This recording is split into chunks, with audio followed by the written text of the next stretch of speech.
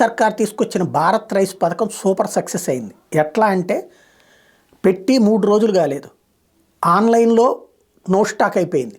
అట్లాగే దానికి సంబంధించినటువంటి ఇతర ప్లాట్ఫారాలన్నింటిలో నో స్టాక్ అయిపోయింది.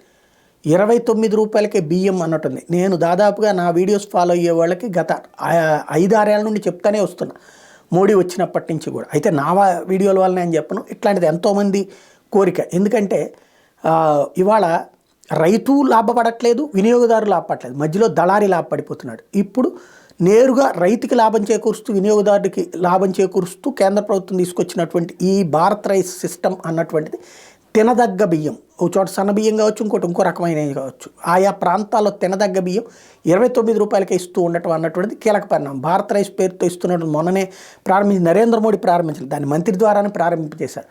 దాంట్లో ఇస్తున్నటువంటిది చూస్తే ఎక్కడికక్కడ నో స్టాక్ బోర్డులే కనబడుతున్నాయి. ఇంకోటి రాబోయేటువంటి రోజుల్లో వెహికల్స్ ద్వారా కూడా సప్లై చేయబోతున్నారు.